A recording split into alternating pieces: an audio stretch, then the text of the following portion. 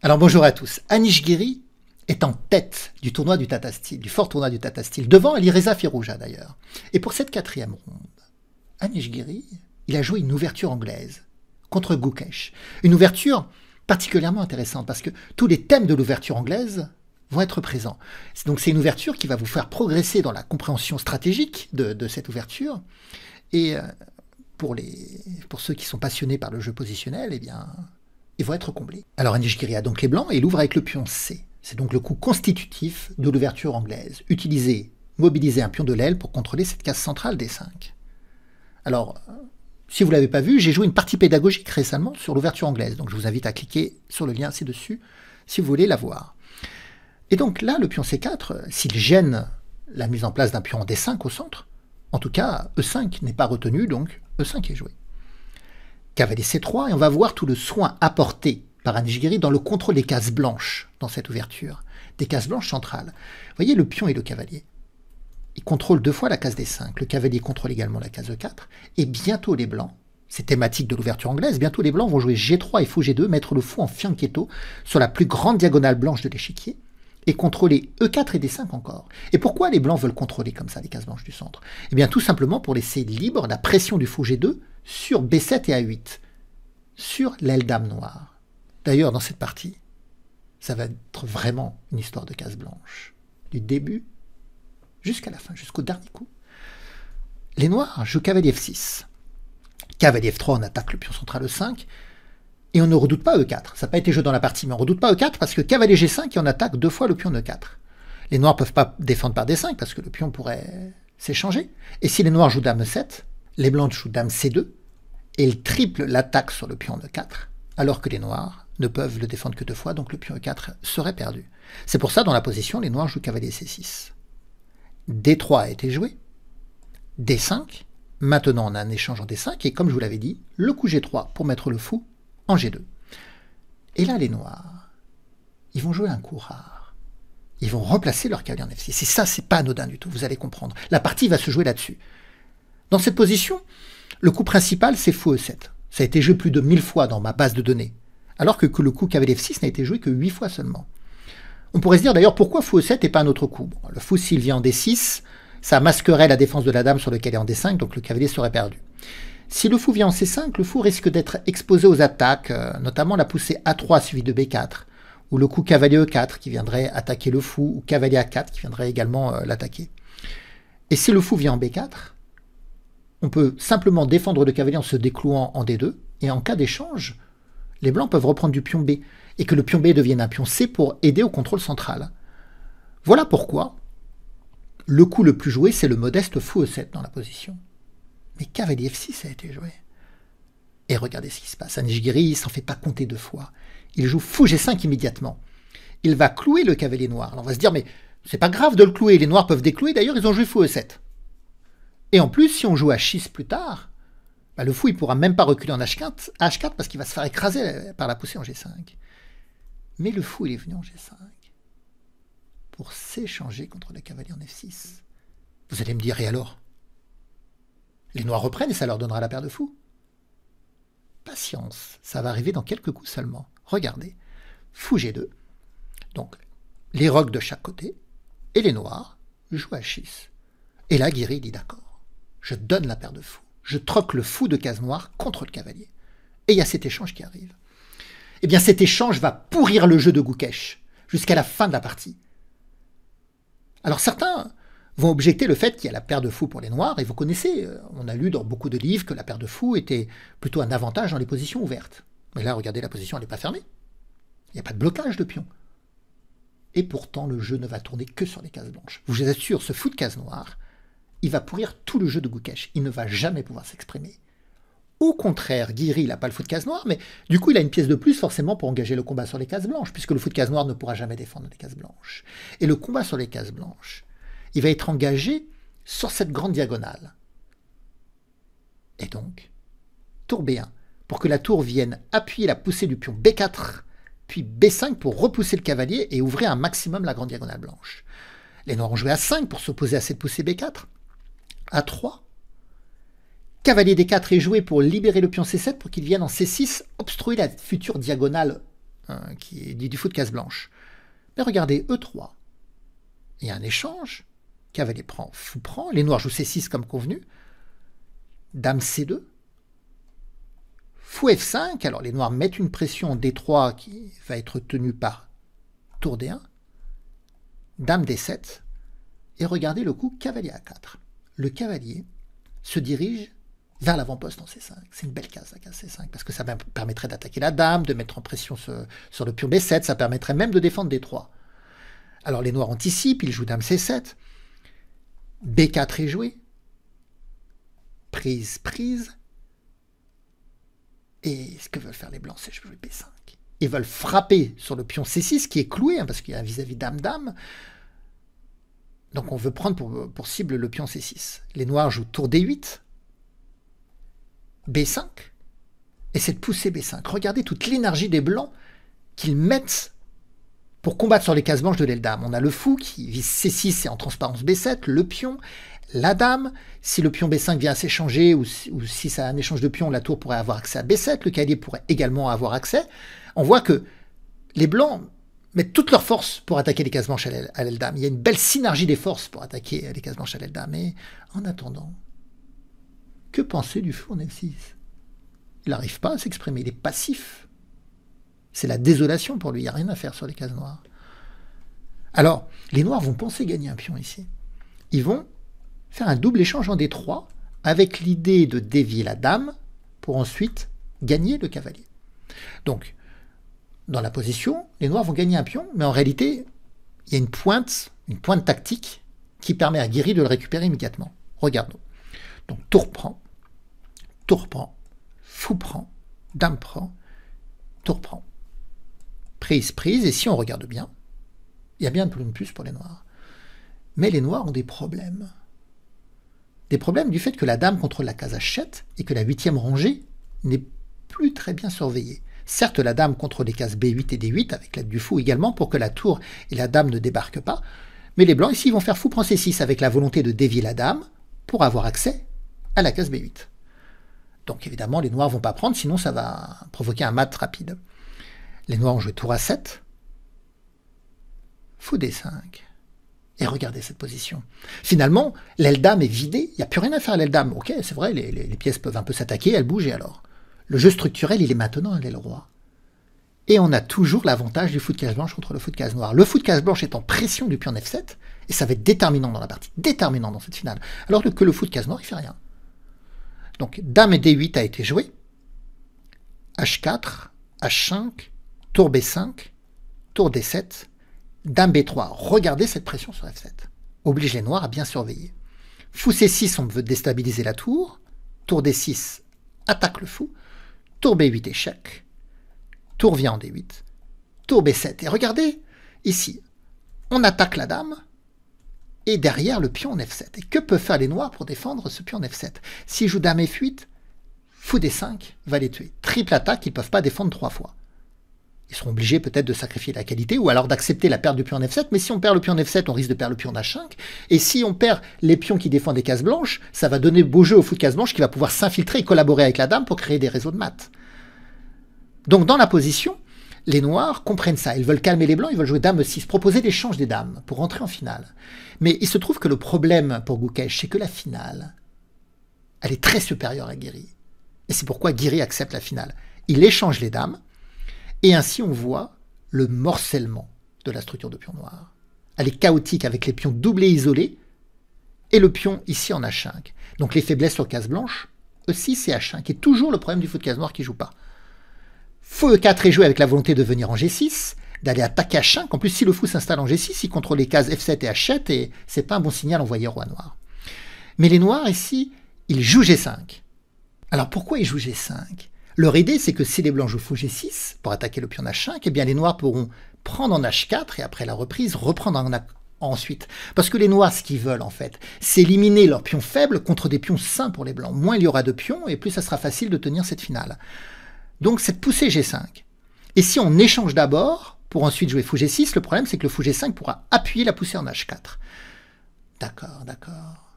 Mais Anish Guéry, il n'est pas naïf, il a de l'expérience. Et il va trouver une astuce. Regardez ce qu'il joue. fou H7 échec. Un petit coup qui paye pas de mine mais qui est déterminant. Le roi noir a 2 cases, F8 ou en H8. Dans la partie, il a été en H8. Mais s'il était venu en F8, ça permet de jouer fou G6, on attaque le pion H5 et on menace tour F7, la fourchette. Donc le roi vient en H8. Et là, il y a eu un échange, prise, fou, prend. Et maintenant, fou G6, on attaque le pion H5 et les noirs ne peuvent pas s'en débarrasser, se délester par la poussée en H4. Parce que s'ils jouent en H4, on peut prendre, et la présence du fou en G6 permet maintenant de jouer tour H7, la fourchette, roi, fou, on gagne la pièce. Donc les noirs, ils vont jouer tour D1, échec. Bon, bah, le roi vient en G2, tour D2, menace, fou prend E3. Parce que le pion F2 est cloué. Mais bon, on l'a dit, Guéry, bien sûr, pour lui, c'est assez facile de détecter cette menace, donc il vient en F1 pour déclouer le pion en F2. Les noirs jouent H4, donc les blancs prennent, et les noirs ne pourront pas reprendre à cause de tour H7. Mais alors pourquoi les noirs font ça? De toute façon, le pion H5 qui va se faire attraper. Donc quitte à perdre un pion, les noirs essayent de briser la cohésion de la chaîne de pions des blancs. Donc prise en H4, le fou vient en F6, tour F7, on attaque le fou qui vient en H7, H5, tour D8, tour E7, on attaque le pion en E6, et on est en train de gagner le pion en E6, parce que les noirs ne peuvent pas le défendre, ils ne peuvent pas jouer avec tour D6 à cause de tour E8. Et il faudra que les noirs perdent le fou, en fait.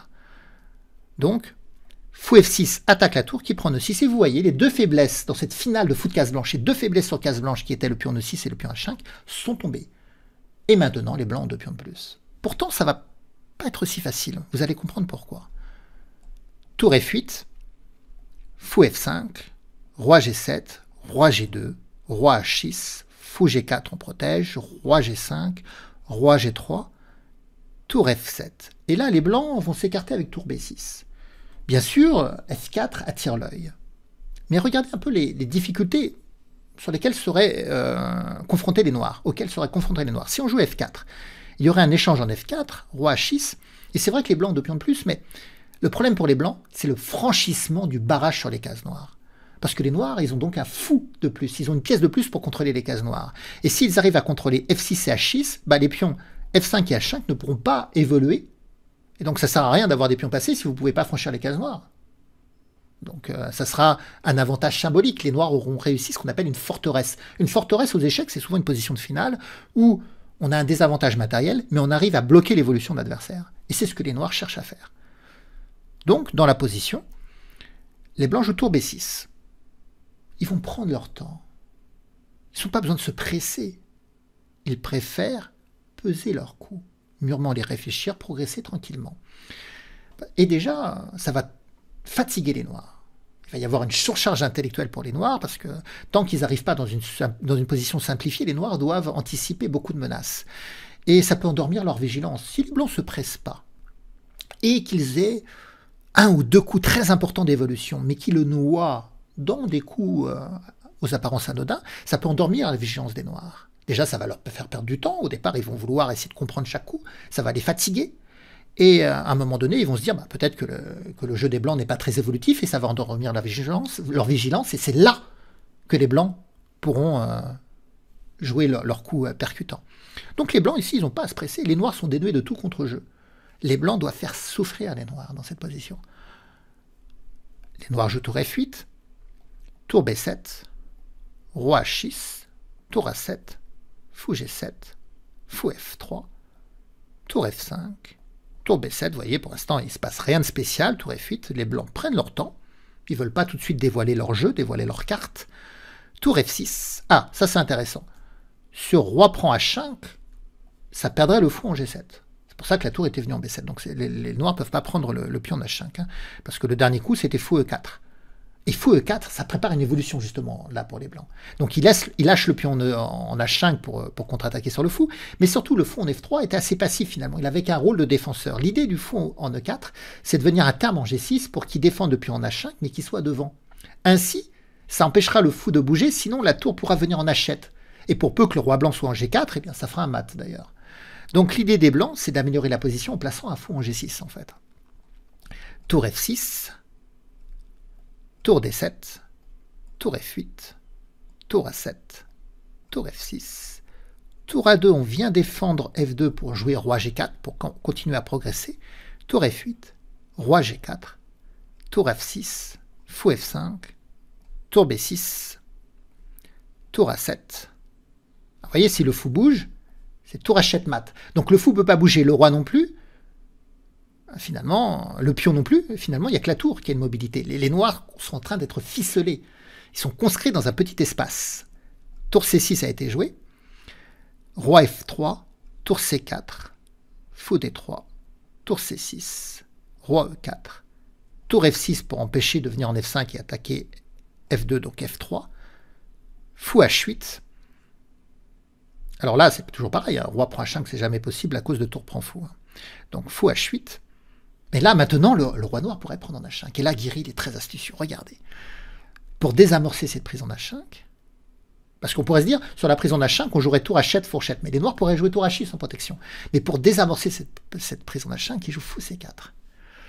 Et du coup, les noirs ne prennent pas et jouent tour B6. Parce que s'ils prennent en H5, on a tour H7 échec.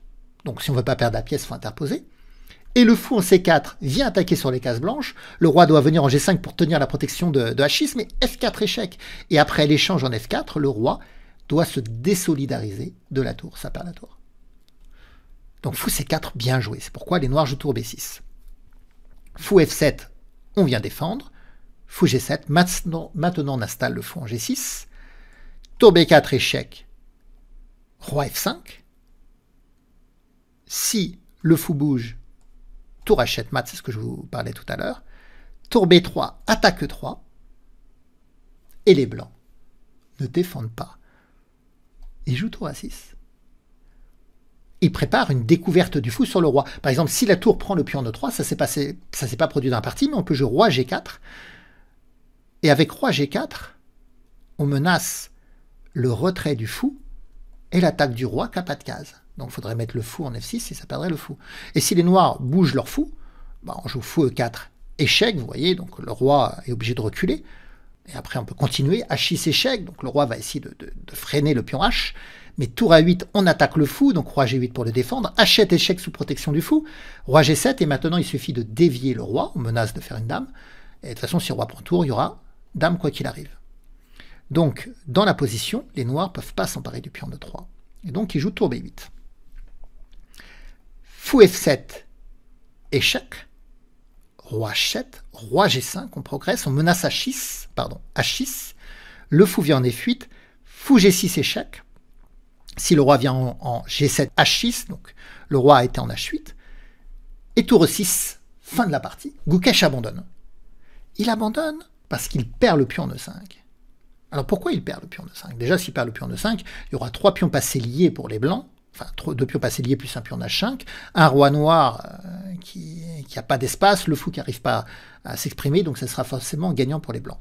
Et pourquoi les noirs n'arrivent pas à défendre le pion en E5? Si je joue fou G7, eh ben là c'est facile, on joue H6. Le fou est repoussé, on gagne le pion en E5. Mais les noirs pourraient jouer tour B5. Mais on progresse. H6. Alors c'est vrai que les noirs pourraient jouer E4 pour faire échec, vous voyez, E4. Mais on s'interpose, et même si les noirs prennent en F3 qui sont à 2 cases de promotion, les blancs ont une attaque de mat. Ils peuvent jouer tour E8, menace tour prend fou mat, donc le roi peut venir défendre, H7 échec, et on l'avait vu tout à l'heure, il suffit de faire tour prend fou menaçant dame, et après roi prend, on fait dame sur échec, et le pion F3 n'aura jamais la capacité de se promouvoir. Donc une partie intéressante, très intéressante sur cette ouverture anglaise. On va voir le classement bientôt du tournoi. Mais regardez pourquoi cette partie a été intéressante. On a eu vraiment, dès l'ouverture, le souci de bien contrôler les cases blanches centrales. Donc un dispositif typique de l'ouverture anglaise. Puis, Guiri a échangé ce fou de case noire contre un cavalier pour encore augmenter son avantage sur les cases blanches. Il a livré bataille à l'aile dame. Et puis, après, l'aile dame s'est vidée. Et le jeu s'est tourné à l'aile roi. Mais à l'aile roi, il avait toujours l'avantage de son fou de case blanche, qui était toujours plus actif que le fou de case noire, le mauvais fou adverse, qui n'a jamais joué. Si on regarde la position de l'abandon, dans la position de l'abandon, c'est ici. Voilà. Le fou en F8, et on voit que les blancs sont totalement dominants dans la position. Alors on regarde le classement maintenant. Alors au bout de 4 rondes, Anish Giri est seul en tête avec 3 points et demi, 3 victoires et un match nul, suivi de Alireza Firouzja. Et après plusieurs joueurs à 2 points et demi. Nepomniachtchi, Pranananda, Wei, Abdouzatorov. Et on voit que le champion du monde officiel Ding Liren est un peu derrière. Mais après tout, on est encore au début de ce tournoi. Donc s'il y a d'autres parties intéressantes dans ce tournoi du Tata Steel, on les regardera bien sûr. N'hésitez pas à soutenir la chaîne en mettant des pouces, des commentaires, partagez les vidéos. Et j'espère qu'on se retrouvera pour de belles aventures, de nouvelles batailles sur l'échiquier. Allez, bonne fin de journée!